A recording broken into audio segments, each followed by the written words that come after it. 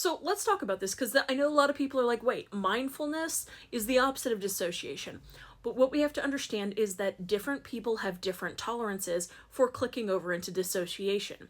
And trying to force mindfulness when a person has complex trauma or hypersensitivities or hypervigilance or sensory integration issues or autism or attention deficit issues or any kind of neurodevelopmental disorder or differences, with that, a lot of people, mindfulness is not a safe thing to engage with.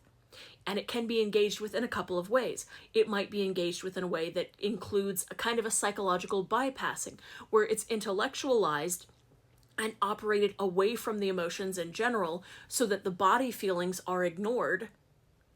Or it may be something in which they try to focus on the body feelings and it becomes unsafe very rapidly. So, for example, a common one is focusing on your breathing. But if heavy breathing or being more aware of your breath was what happened to you in your traumatic situations, being aware of your body and your breath can actually be triggering enough to throw you into dissociative baselines again. Doing a mindfulness exercise may actually trigger a person because even in being aware of something like your environment or your breath or your body may be unsafe to you.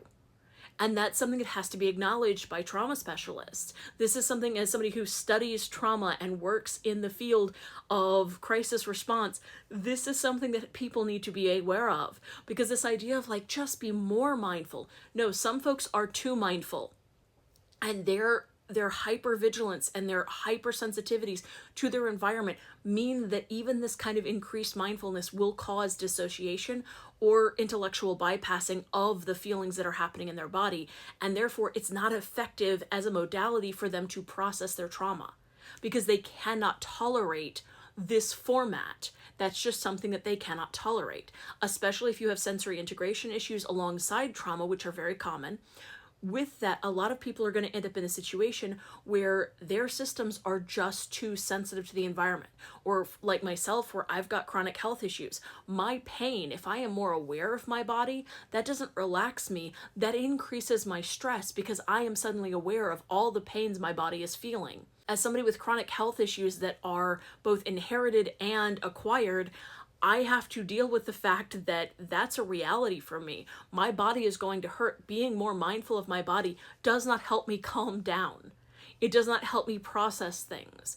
And while there's useful aspects of being aware of my body and integrating that and being aware of when my body is hurting and how to take care of myself and when to have good limits around it, that's a much more down the road nuanced baseline than early on. And so mindfulness may be a goal for some people, but it's not necessarily the end-all be-all of processing, and it's not the safest option for a lot of people with complex trauma, because being aware of your body is not necessarily the best option, and being able to bypass these things with just cognitive awareness rather than like body awareness is a very easy thing to do with a lot of the way Western mindfulness works.